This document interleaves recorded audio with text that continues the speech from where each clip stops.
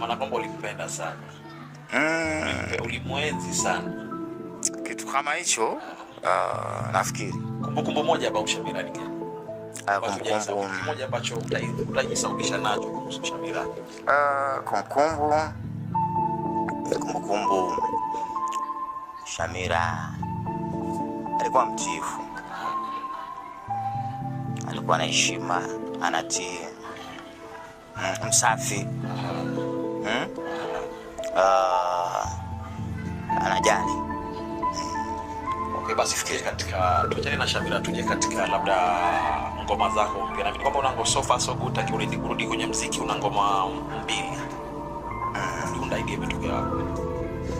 Dunda idea ya Dunda. Nafikiri Dunda umeipata? Dunda nimeipata. Nilikunywa changabu za mogoka.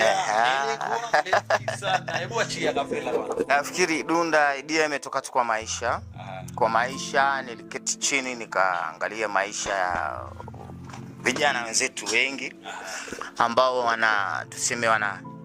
wana ndoa zao au wana familia. Wanavyokwenda wanapoteza hela kwa hivi vitu, miadarati, madawa, hawajali familia, na wale baba ambao wana familia zao pia.